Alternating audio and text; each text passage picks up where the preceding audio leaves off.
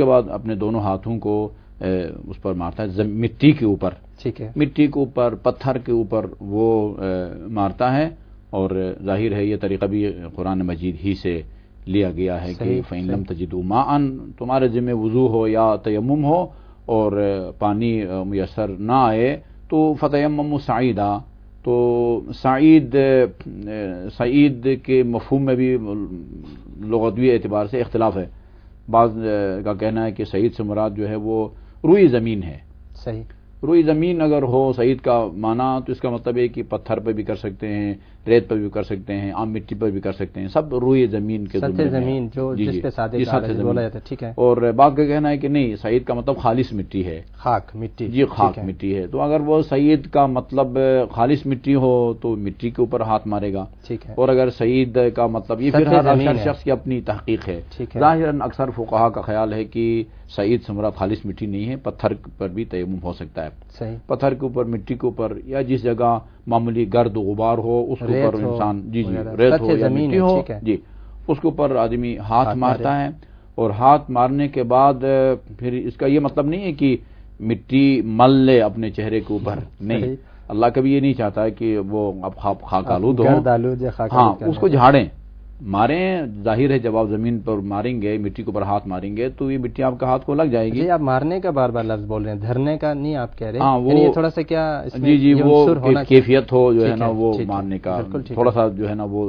دباؤ کے ساتھ، جی ٹھیک ہے، ضرب کا لفظ استعمال ہوا ہے، ٹھیک، بالکل صحیح۔ تو اس کے بعد پھر مٹی جو لگے گی اس کو یوں جھاڑیں گے، ٹھیک ہے، جھاڑ کے پھر یہ جو ہے نا جی ہتھیلی کا جو یہ والا حصہ ہے، اس کو یہاں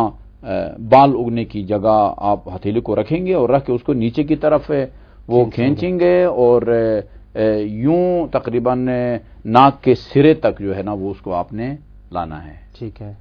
اس کے بعد پھر آپ نے بائیں ہاتھ کو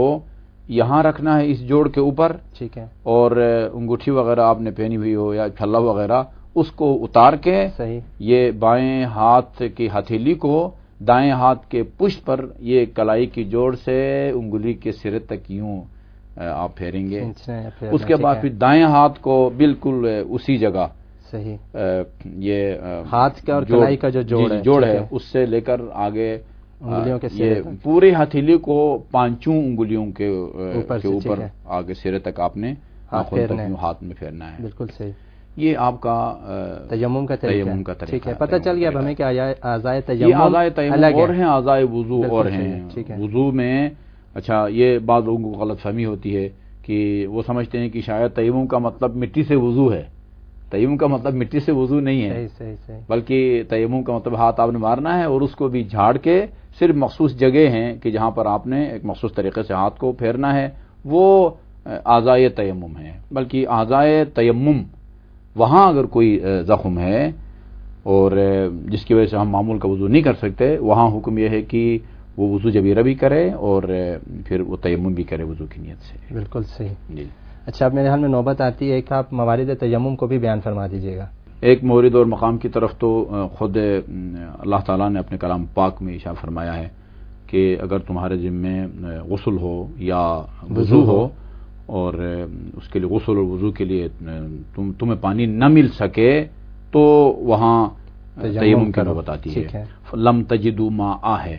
اب اس کا مطلب یہ نہیں ہے کہ صرف پانی کے میسر نہ آنے کی صورت میں تیمم کی نوبت آتی ہو، بہت سارے احکام ایسے ہیں کہ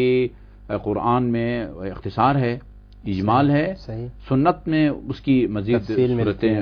بتائی گئی ہیں، تو وہاں صرف پانی کے نہ ملنے کی بات ہے، ٹھیک ہے۔ البتہ پانی کے نہ ملنے کی پھر صورتوں کو سنت نے تفصیل کے ساتھ بیان کیا ہے۔ بالکل صحیح، پانی جہاں آپ بیٹھ کے نماز پڑھنا چاہ رہے ہیں وہاں پانی موجود نہیں ہے، پھر پانی کو تلاش کرنے کا حکم ہے۔ یہ نہیں کہ آپ نے دیکھا کہ آس پاس میں کوئی مسجد نہیں ہے، کوئی نہر نہیں ہے، ٹیوب ویل نہیں ہے، لہذا آپ تیمم شروع کر دیں، نہیں، حکم ہے کہ آپ اطراف میں پانی کو تلاش کریں، بلکہ یہ بتایا گیا ہے تفصیل کے ساتھ اگر کوئی ایسی ہموار جگہ ہے تو وہاں آپ یعنی ایک تیر جو ہے نا اب یہاں سے اگر آپ پھینکتے ہیں جہاں تک وہ تیر پہنچتا ہے 2 تیر کے برابر اگر ہموار زمین ہے تو آپ پانی کو تلاش کریں. ٹھیک ہے. تلاش کے بعد اگر نہ ملے پھر نوبت تیمم کی آتی ہے. اور اگر کوئی پہاڑی جگہ ہے، کوئی ایسی کیا کہ ناہموار جگہ ہے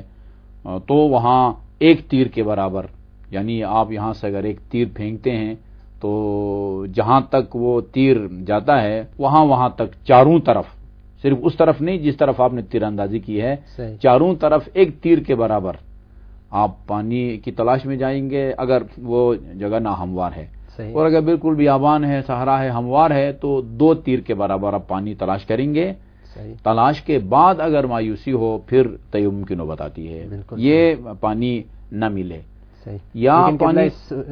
شریعت ہمیشہ امکان کو مد نظر رکھتی ہے. جی وقت اتنا نہیں ہے کہ میں تلاش کرنے جا سکوں، پانی میرے پاس نہیں ہے. یہ تو اسی صورت میں ہے کہ کہ آپ کے پاس وقت موجود ہو،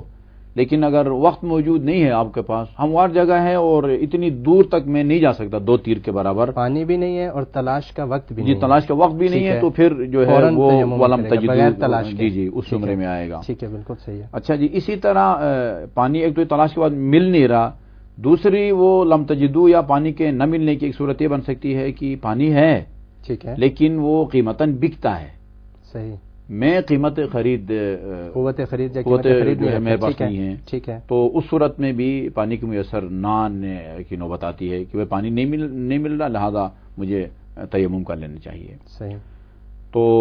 ایک یہ کہ پانی نہیں ملتا یا ملتا ہے لیکن بکتا ہے اور میں قوت خرید نہیں رکھتا، صحیح. یا پانی موجود ہے لیکن اس کا استعمال میرے لیے نقصان دہ ہے. صحیح. اب نقصان دہ ہونے کی بھی کئی